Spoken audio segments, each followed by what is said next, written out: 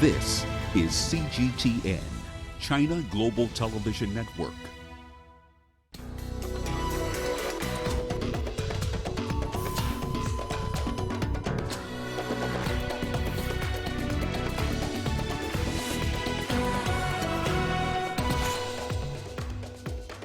The first China-Africa Peace and Security Forum opens in Beijing. The World Health Organization says Ebola in DR Congo's eastern border hub, a potential game changer. Global hunger continues to rise, and that's according to the latest report by the UN. Hello and welcome to Africa Live. As always, great to have you with us. I'm Richard Searle and Ta, live in Nairobi. And for those of you joining us from across the continent and around the globe, we thank you for joining us. And tonight I'm alongside my colleague, Rama Nyang, who has our business headlines. Rama? That's right, Richard. Here's what's coming up in the course of the hour. Inflation in Zimbabwe nearly doubles in the month of June. And Egypt is enticing car makers with a raft of incentives. We'll have the details on what those are and what targets they have to hit a little later in the hour. For now, though, let's start with the latest in current affairs with Richard. Thank you, Rama. We begin in China, where the first China-Africa Peace and Security Forum is being held in Beijing. The theme is cooperation hand in hand to consolidate security. It's the highest level security forum where defense ministers and military chiefs are gathering to discuss cooperation, security, peace, and funding. The event echoes President Xi Jinping's speech from last year's Forum on China-Africa Cooperation, or FOCAC. The country is strengthening security ties with African nations as its investments across the continent grow with the Belt and Road Initiative. CGTN's correspondent Han Bin has more. A combat drill at China's overseas base in Djibouti. It is the PLA's new training model for missions in Africa. Over the past decade, China's role in security in Africa has grown rapidly through peacekeeping and escort missions, arms sales, and military exchange programs. I think the security cooperation is meaningful in a way that the African continent and China have a lot in common. We have got shared challenges. It gives a chance to the people to share their views about the security situations in the African country. I believe more in the collaborative approach to international peace and security. And everyone matters, including China, so that China adds its big voice to the conversation. I think it's a welcome gesture for Africa. Forums such as this highlight China's willingness to show transparency with African counterparts and to address problems to reduce skepticism. It's a step forward in implementing the initiatives on security cooperation agreed upon at the FOCAC summit last year. China has pledged to set up Peace and Security Fund, provide military aid, and extend some 50 security assistance programs. China-Africa security cooperation is an important force for improving the global security governance system and safeguarding international fairness and justice.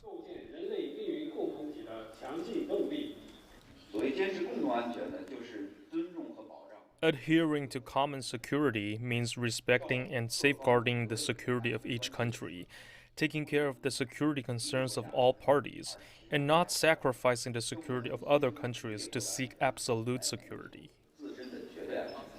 Unlike Western powers, China's approach focuses on development. African countries believe the security-related programs support the Belt and Road. And from the gatherings here, we can see that the China's initiatives are being welcomed. But how much its overall actions will contribute to improving the stability in the highly complicated security situation in Africa will take a long time to see. Han Bin, CGTN, Beijing. Earlier, we spoke to security analyst Mohamed Kahie Mahmoud on how deepening of military cooperation between China and African nations can help the continent deal with its security challenges. Let's take a look. Well, the security cooperation between Africa and China has been happening before.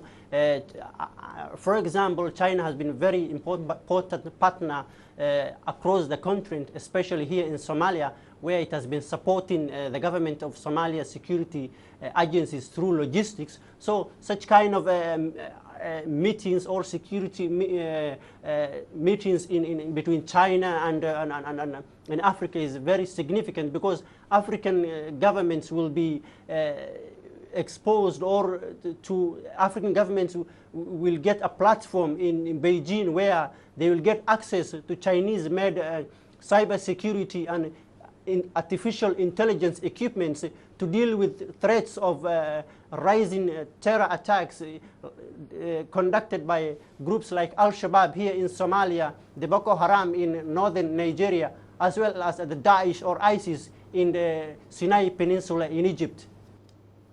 Well, still on security matters in Somalia, authorities in Kismayo say the security forces in the region will increase operations ahead of regional polls next month. This comes amid frosty relations between Mogadishu and Kismayo over the venue for the upcoming polls.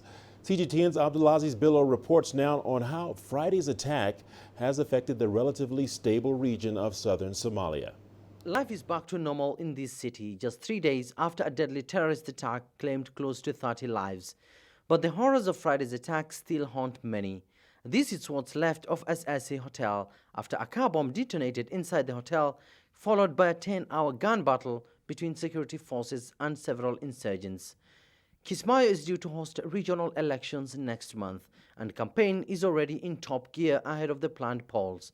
Among those killed in the attack include clan elders and a presidential candidate who used the hotel as his campaign headquarters. Local authorities now warn against politicizing security. As a regional administration, we are against any and all efforts to compromise security. Let us not mix politics and security. It's for this reason that the Regional Security Council has given a new mandate to security forces until elections are held. For close to 8 years, Al-Shabaab was unable to launch attacks inside Kismayo. In 2012, regional forces backed by Kenyan troops overpowered the militant group to retake Kismayo, denying the group its financial lifeline. Al-Shabaab mostly relied on this spot for illegal charcoal export to sustain its operations. One of the 4 attackers has since been arrested. The gunmen disguised as police before storming the hotel in downtown Kismayo, raising security concerns as to how the militant group was able to obtain government-issued uniform. This was the biggest security breach in Kismayo in the past 8 years. Therefore, we expect close security cooperation with members of the public to ensure that similar attack doesn't happen. Ahmed Mohamed Islam, the current regional leader, is seeking re-election and is facing increased opposition from other candidates. Meanwhile, Mogadishu insists that the elections must take place in a secure venue, most preferably the airport compound that serves as a base for the United Nations and African Union troops AMISOM. Tension between Mogadishu and Kismayo has been on the rise in recent months. The two have differed on policy regarding resource sharing, appointment of regional security chiefs, and the upcoming elections. It's unclear whether the latest attack will change the working relations between the two, but experts warn that Al-Shabaab likely to remain the main beneficiary if the status quo remains the same. Abdulaziz Billo, CGTN, Mogadishu, Somalia. And South Africa's former president Jacob Zuma has denied breaking the law in relation to the corruption charges against him and the Gupta family. Speaking at the public inquiry into state corruption, the former president indicated he is a victim of a conspiracy by his enemies to oust him from power.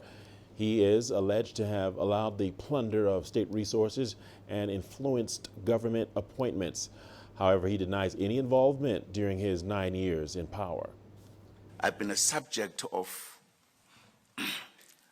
talk in this country for more than a decade. I've been vilified, alleged to be the king of corrupt people. I'm the most corrupt.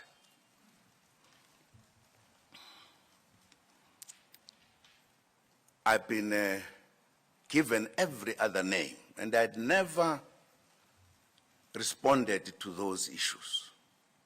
Firstly, because I believe it is important that we all respect one another, that we must say things we know about other people, not just tell things that we cannot prove. Health officials in the Democratic Republic of Congo have recorded a case of Ebola in Goma City in the east of the country. The discovery of the deadly disease in the densely populated city has raised fears it will spread more widely. CGTN's Chris Ochemringa has more from Kinshasa. The DRC Health Ministry says a pastor in Goma has tested positive for Ebola. Health officials determined the pastor was infected on Sunday shortly after he returned to Goma from Butembo, where he'd gone to lead religious services. Authorities say they have isolated the infected man and vaccinated the people he came into contact with. The Congolese government and the World Health Organization have been preparing for a case of Ebola in Goma, given the constant movement of people to and from the area. We have vaccinated almost 3,000 healthcare professionals so that when you start treating patients, you yourself are protected. The people traveling from Goma, including across the border into Rwanda, there's a lot of everybody's being checked. So we over the course of this outbreak, we have tested, or people Congolese supported by the international community have tested more than 70 million travelers. Goma City has a population of about 2 million people and is close to the Rwandan border. Hundreds of Congolese travel in and out of the city to carry out trade with neighboring countries. The DRC Health Ministry says the risk of the disease spreading because of this latest case is low, given the quick detection and isolation of the patient. The WHO Director General, Tedros Ghebreyesus, described the case in Goma as a sad development. Health officials say violence and insecurity have seriously hampered the response to the outbreak. This is the 10th Ebola outbreak in the DRC. More than 1,600 people have died of the deadly disease since August last year. Chris Ochemringa, CGTN, Kinshasa, Democratic Republic of Congo. The World Health Organization says the confirmation of a new case of Ebola in Goma in the Democratic Republic of Congo is a possible game changer. This is because it may increase the scale of the outbreak in a further spread of the disease.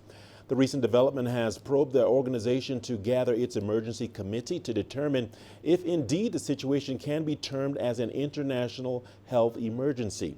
The United Nations is also asking the international community to increase funding to support the response. And Goma is a warning, and that warning may result in more cases. We hope it doesn't. All right, for more on this, we are joined by CGTN's Julia Liabova in Geneva. Julia, thank you for joining us here on Africa Live. Julia, can you tell us more about the meeting there by the World Health Organizations? Julia.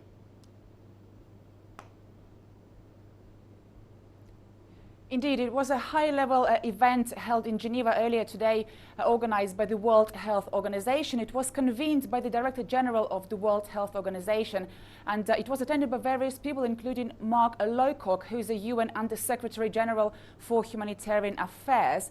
And it was attended by various ministers from several countries, including from the DRC, the Health Minister, as well as the Minister for Solidarity, were also present at this event. And all of these speakers, they gave speeches throughout the several hours that this meeting lasted earlier on Monday. And well, it was convened to keep the international community up to date on this Ebola outbreak. It was mainly to raise funds and to raise awareness to the donors of the efforts that are being made to prevent the spread of this disease.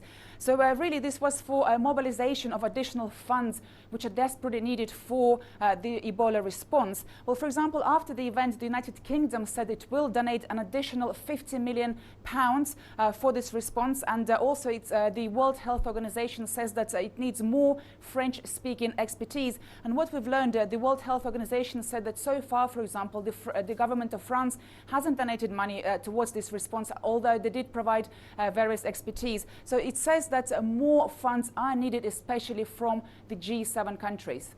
Okay, Julia, my final question to you before I let you go, and it is an important question. It is, how does the World Health Organization and other actors plan to turn the tide on the outbreak and prevent it from spreading? Julia.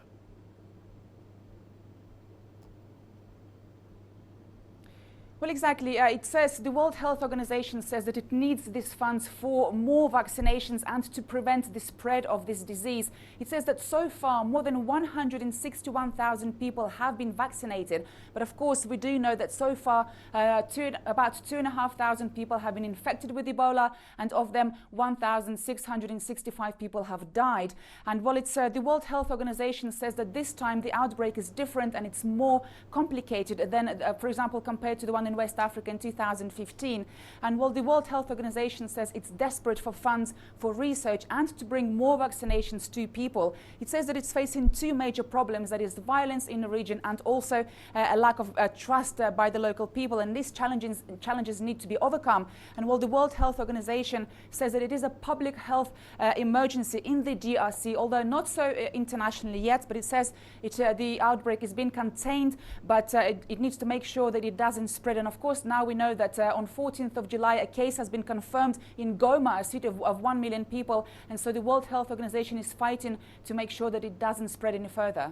All right, Julia Leobova talking to us from Geneva. Julia, thank you for sharing your insights. In a further response, though, to the case in Goma, the Rwandan Health Ministry has warned its citizens against traveling to the eastern city. This comes after a pastor became the first confirmed Ebola case on Sunday. Goma shares the border with western Rwanda's Rubavu district, with daily border crossings estimated at about 100,000 people. Rwandan Health Minister Diane Gashumba says goods purchased from the neighboring DRC will be sourced locally until the situation is brought under control. No Ebola case has so far been reported in Rwanda. All right, the news continues on Africa Live. We've got a lot more interesting stories coming your way, including global hunger continues to rise, and that's according to the latest report by the UN. And Uganda struggles with influx of refugees from the eastern DRC.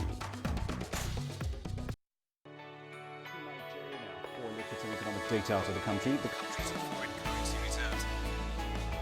With a dedicated and diverse team of anchors, CGTN now brings Africa to the palm of your hand. I'm Penina Karibe in the heart of Nairobi, which is bustling. From everyday heroes to the continent's most powerful figures, we bring their voices to you. We haven't changed. And this is something most of us are very excited about. We bring you news that's changing perspectives. I'm Uche reporting from Nairobi City Center. News that brings Africa to the world.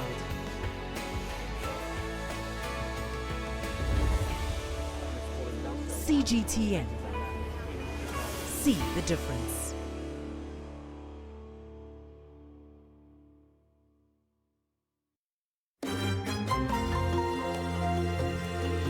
Africa Live. Find your voice.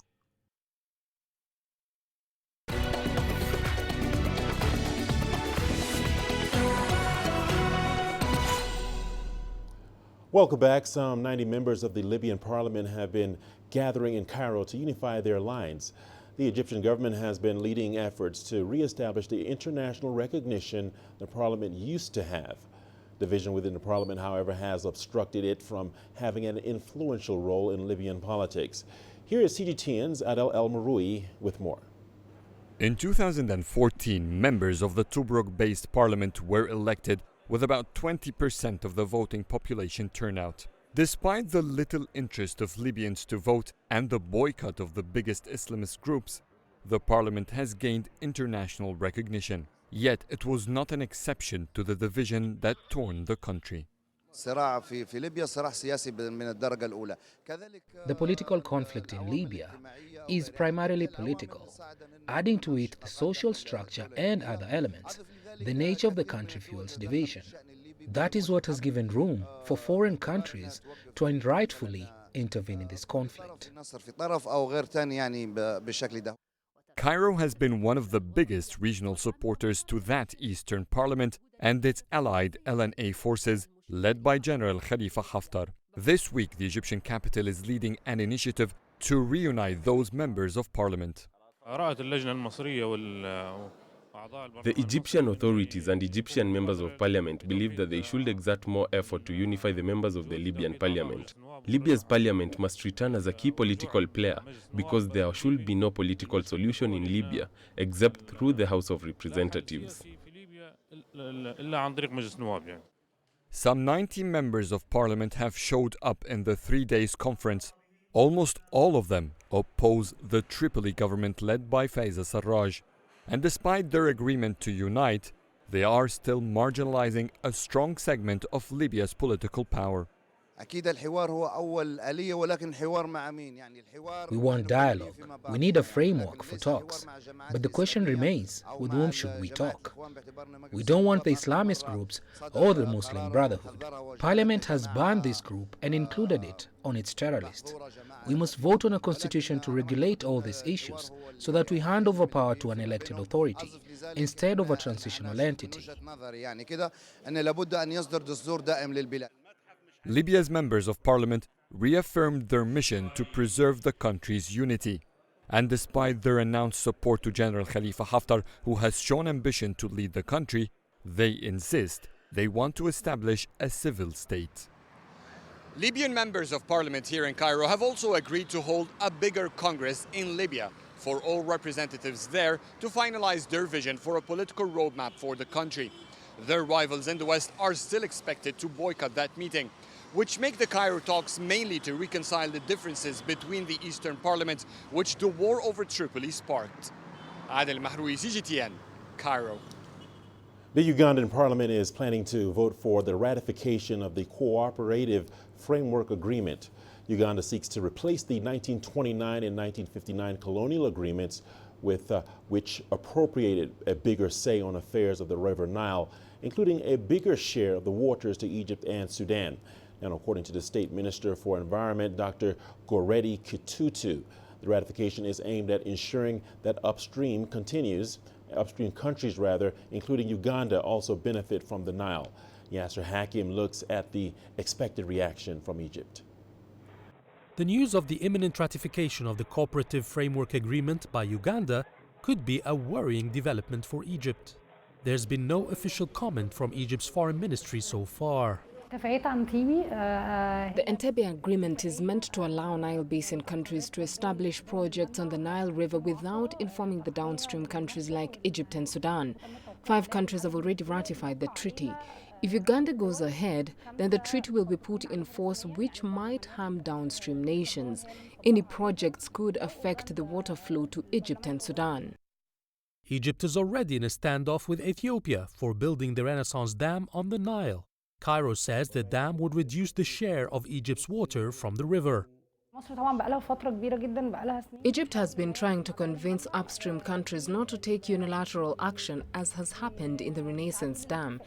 Egypt has 2 objectives to the CFA treaty.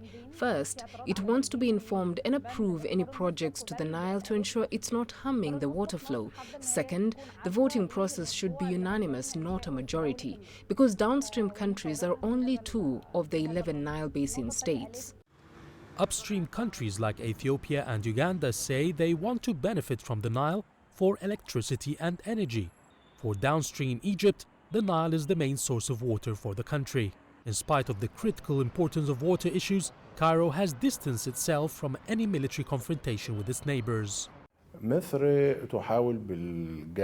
Egypt is using all diplomatic channels to bridge the gap and reach some kind of agreement. It's also building stronger ties with the African neighbors to ensure a peaceful solution. The Egyptian president has made it clear that military action is not an option. And worth noting that international law forces upstream countries to inform downstream nations of any work intended on the river. Not doing so violates international law. Egypt and Sudan have refused to sign the Nile Basin CFA agreement. They first need guarantees that their water share from the Nile will not be jeopardized before putting pen to paper. Yes, Hakim for CGTN, Cairo. To neighboring Uganda now, and the country is struggling to contain the number of refugees coming into the country since the beginning of the month, following the resurgence of violence in the Eastern Democratic Republic of Congo's Ituri province. The United Nations High Commissioner for Refugees says that more than 7,000 people have so far arrived in Uganda's southwestern district of Hoima since the start of June. CGTN's Daniel Arap Moy is in Hoima and brings us more in this report.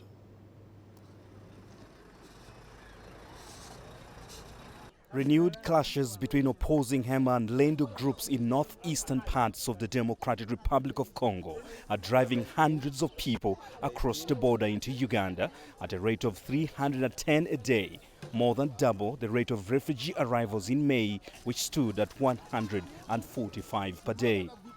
Jackie Nyakofa is a 46-year-old mother of 6. She fled the DRC 2 days ago.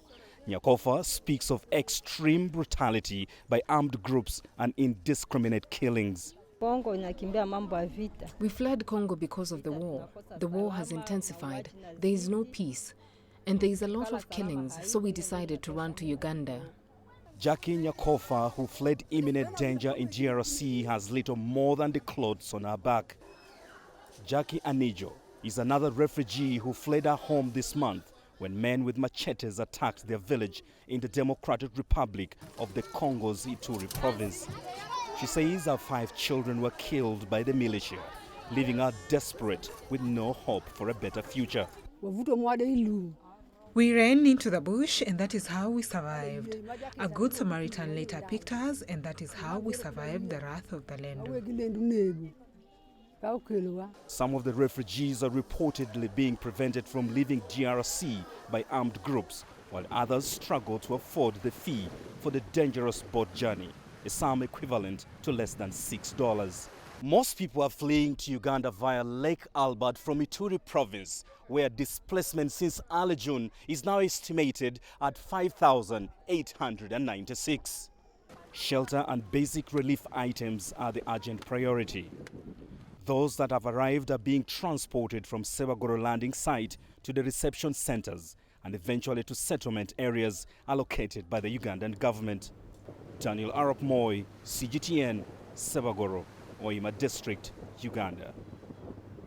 For more on this, we are joined by CGTN's Daniel Arap Moy, who is in Hoima District in Uganda. Daniel, thank you for joining us here on Africa Live.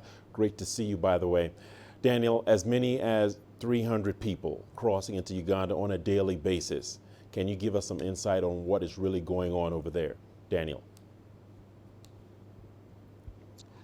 Well, thank you very much. We are here in Uganda's southwestern district of Hoima, and this is a district where majority of the Congolese refugees that are crossing through Lake Albert are entering into Uganda, in this particular district where we're in. Now, I must say that majority of those that are entering into Uganda are women and children, and some of the children are as young as 2 years, 3 years, 4 years, and 5 years. So you can imagine these are people who are entering into Uganda, and they're in dire need of the much needed humanitarian assistance. They need food as they arrive. They need shelter. They need accommodation, which is not readily available because the government of Uganda is not having a budget that is simply there to cater for these people that are coming in on a daily basis, because these are very unexpected. Some of these refugees from the Democratic Republic of Congo enter into Uganda sometimes at 4 a.m. in the night, sometimes during the day. So it's very unexpected. But they continue to come into Uganda on a daily basis, and the government of Uganda is trying to receive them. The Uganda's Marine Unit is well alert and aware. They continue to monitor the waters where these refugees are crossing to Uganda. So it's very tedious for them as well because of the Ebola situation in the Democratic Republic of Congo. So these security officers have to be alert 24/7 to monitor the waters as the refugees come in. And of course, as you know, Uganda has a very generous policy that the borders are open. So the refugees from Congo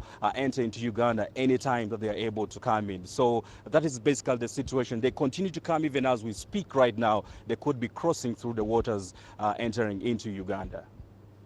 Well, Daniel, certainly not a pretty picture that you're painting with the huge number of women and children coming into the country. But the question that needs to be asked is, how are authorities dealing with this influx, Daniel? And do they really have the capacity to cater for all these people?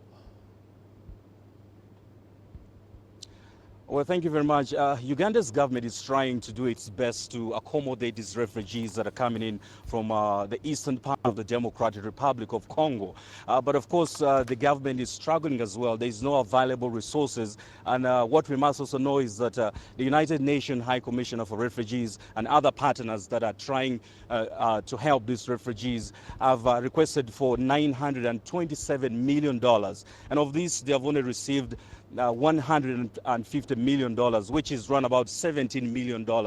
And that is not enough to cater for the huge number of refugees that are coming in. And the country is not only handling refugees from the Democratic Republic of Congo, there are also refugees from South Sudan that the country is catering for. So there is a huge financial gap that is required to assist these refugees that are coming into Uganda. And until that is received, the refugees will receive just a little bit of what they require. But of course, issues of shelter, food, medication, some of them are sick, they need treatment. All this will require a lot of money. And the United Nations High Commissioner for Refugee is seeking for more support from the international community, including the government of Uganda, to try to assist the refugees that keep on coming into the country. All right, Daniel Arap Moy talking to us from the Hoima district in Uganda. Thank you so much for bringing us this story. We appreciate your insights. Moving on, the world hunger is still a growing issue. According to the latest figures from the United Nations, more than 820 million struggled last year to find enough food to eat, an increase on 2017's figures. CGTN's Nick Harper reports from New York. Hunger has now risen around the world for the last 3 years running. It jumped from 811 million in 2017 to 820 million last year. The report, officially called The State of Food Security and Nutrition in the World, is a collection of data from various UN agencies, including the World Food Programme, UNICEF and the World Health Organization. The situation in Africa is said to be the most alarming. More than 250 million people on the continent are deemed by the UN as being hungry. It has the highest rates of hunger in the world, and it is, the UN says, slowly but steadily rising in almost all African sub-regions. In East Africa, for example, nearly a third of the population is now undernourished. Overall, more than a quarter of the world's population, that's 2 billion people, are considered by the UN to be moderately or severely food insecure. The report also found the pace of progress is too slow when it comes to reducing the number of children who are stunted. The same goes for babies, 1 in 7 of whom are born with a low birth weight. The report is also used as a way to assess the Sustainable Development Goal of achieving zero hunger by 2030. The UN admits the latest data suggests there's still a lot of work to do, saying that goal is an immense challenge. Adding to the nutrition challenge, the report found that overweight and obesity levels continue to rise in all regions around the world. The UN says the report makes it clear that actions to tackle these trends will have to be bolder. Nick Harper, CGTN, New York. And the news continues here on Africa Live. For now, though, over to my colleague Rama Nyang, who has our business headlines. Rama. That's right, Richard. Here's what's coming up in business. Inflation in Zimbabwe almost doubles in the month of June. And Egypt is enticing car makers with a raft of incentives.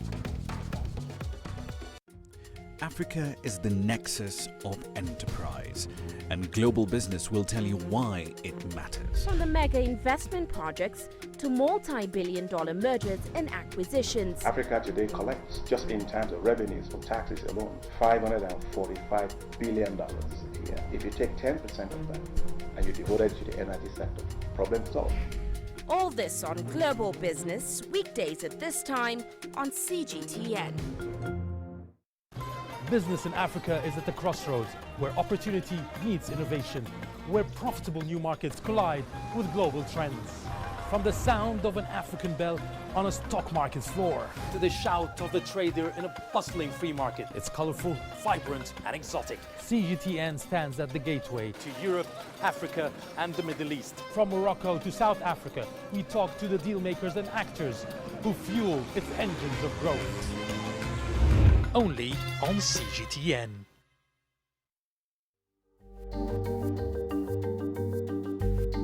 Africa Live. Find your voice.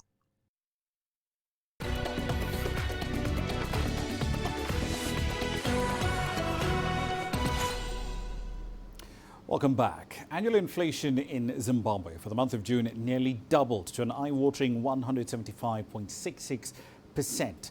Now, the country did record inflation at about 97% just a month ago in May. Now, the Statistics Office indicates that the prices of basic household commodities like sugar and cooking oil went up by 200%.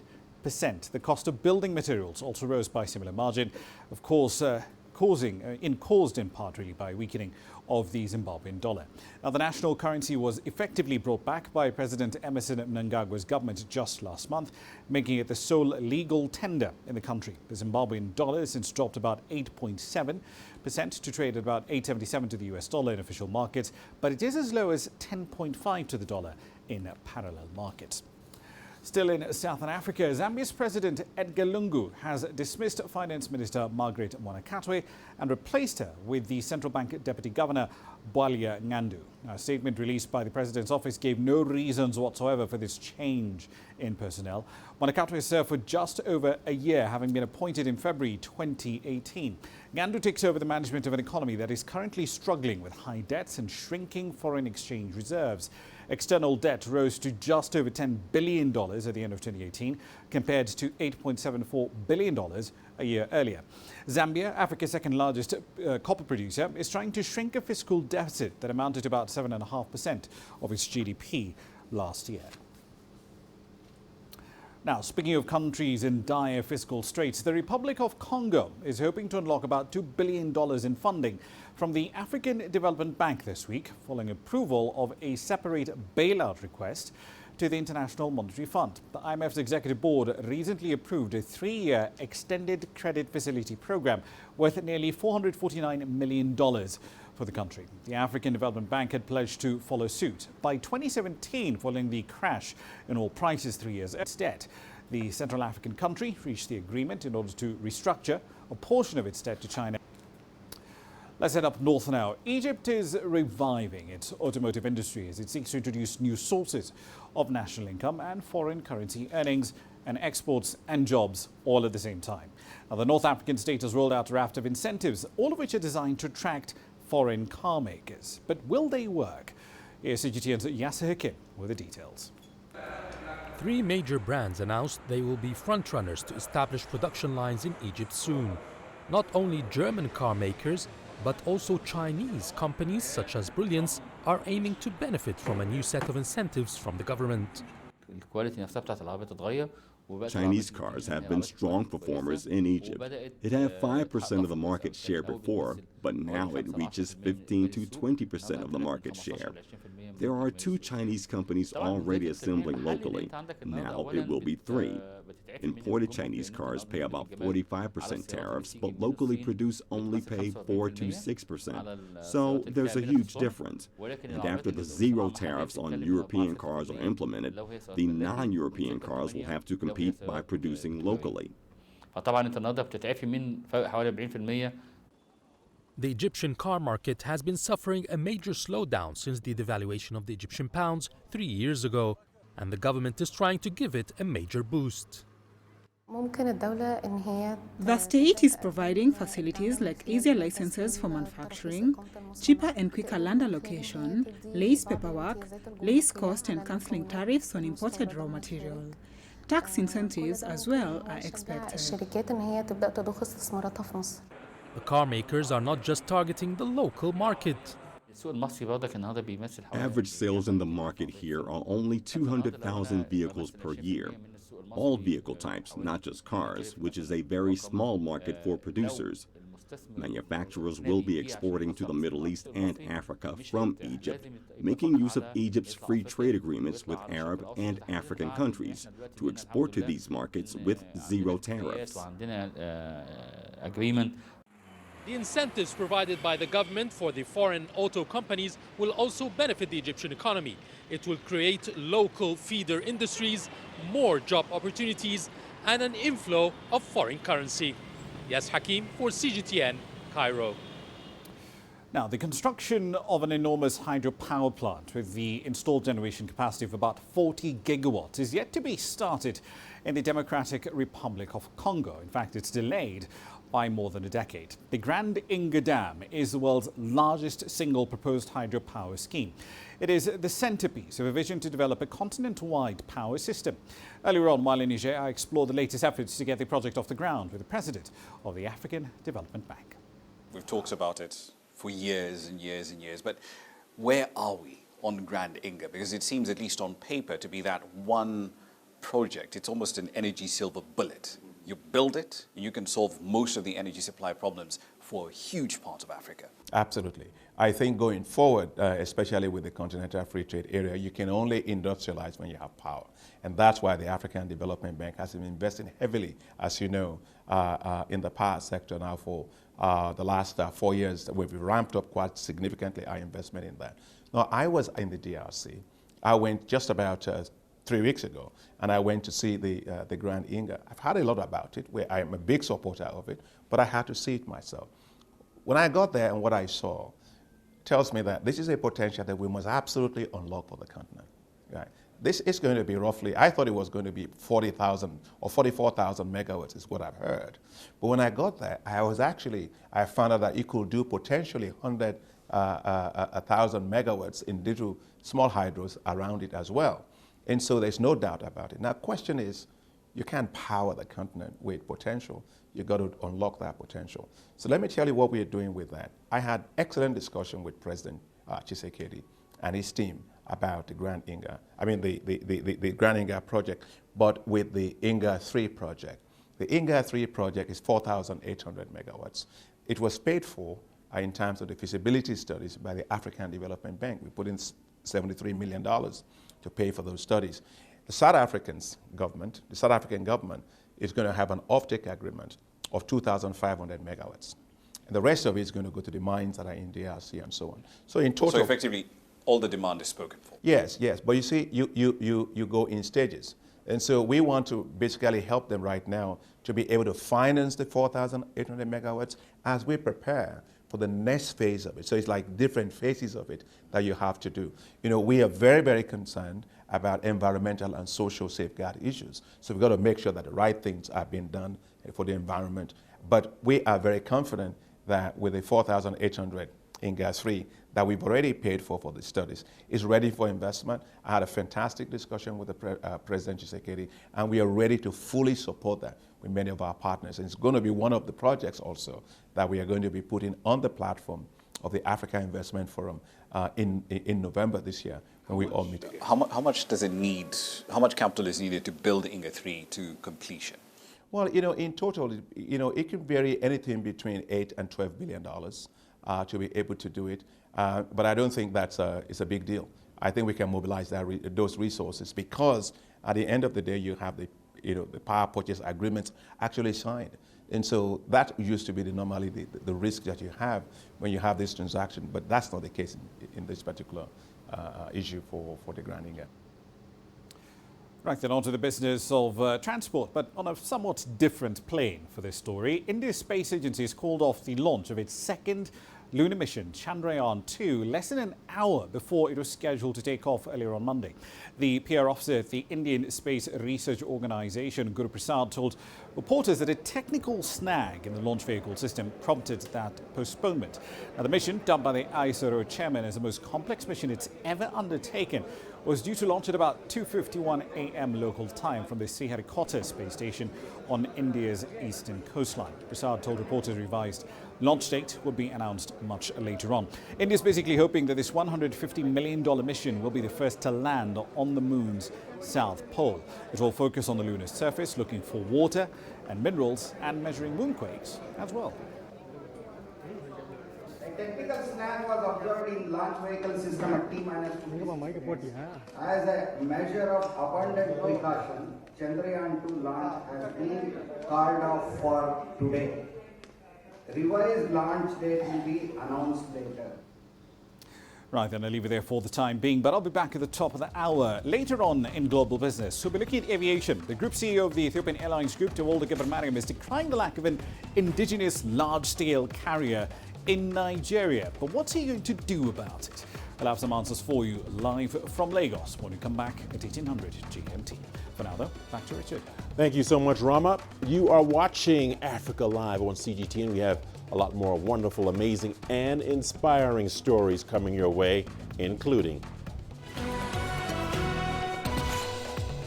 Tanzania's annual Haba na Haba Dance Festival is back again with brand new performances. Join us in Global Business and see Africa through our eyes. The greatest journeys, the greatest sights, the greatest adventures. Here in Panata, this weir allows the locals to walk on water. We're far more than just TV news. We're your passport to the wonders of Africa. To bring you stories of struggle, survival and hope.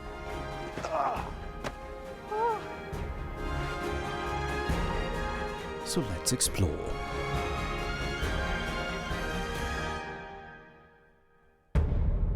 CGTN. See the difference.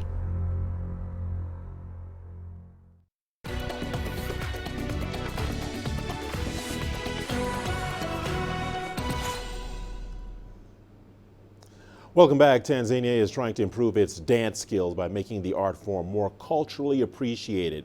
Dar es Salaam's yearly Haba na Haba Dance Festival aims to train local dancers by connecting them with professional international artists.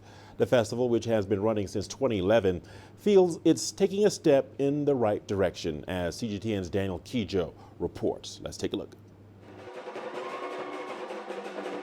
Controlling their bodies and stepping towards better movement, these dancers are hoping to improve not only their individual skills, but also the appreciation of dance in the country.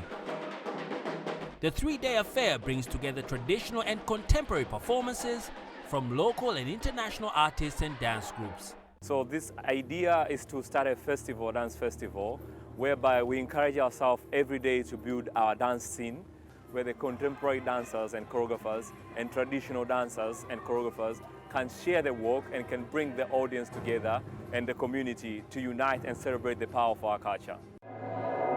The festival aims to bring contemporary dance to new audiences within the local community, providing professional training to local dancers and celebrate contemporary dance in Tanzania. Haba na Haba means slowly but surely in Swahili. In its third edition, this year's show aims to promote local dancers by connecting them to professionals in workshops, and later they get to showcase those new skills on stage. The show this year is supported by the Swiss Embassy, the Goethe Institute, Nafasi Art Space, and the Pro Helvetia from South Africa, with support from Basata Arts Council Tanzania. So the cultural scene is very small, and when new things develop, it's quite naturally that all partners come together and try to make it a success. Because apart from us, there is no official support. Professional dancers Musa Haltwayo from South Africa and Maura Morales from Germany have been coaching the dancers on creating their own identity. Happiness is a Tanzanian dancer who's been dancing for over 3 years. She says it is a career that can be challenging. As a dancer, professional dancer, to really have your own space and your own audience is really a privilege, and Haba na Haba has done a great job. Yeah, I'm proud of Haba na Haba. Organizers say Tanzania has a long way to go in progressing dance as an art form compared with other African countries. But through this yearly festival, they hope dancers and fans will be inspired to keep appreciating the power of dance.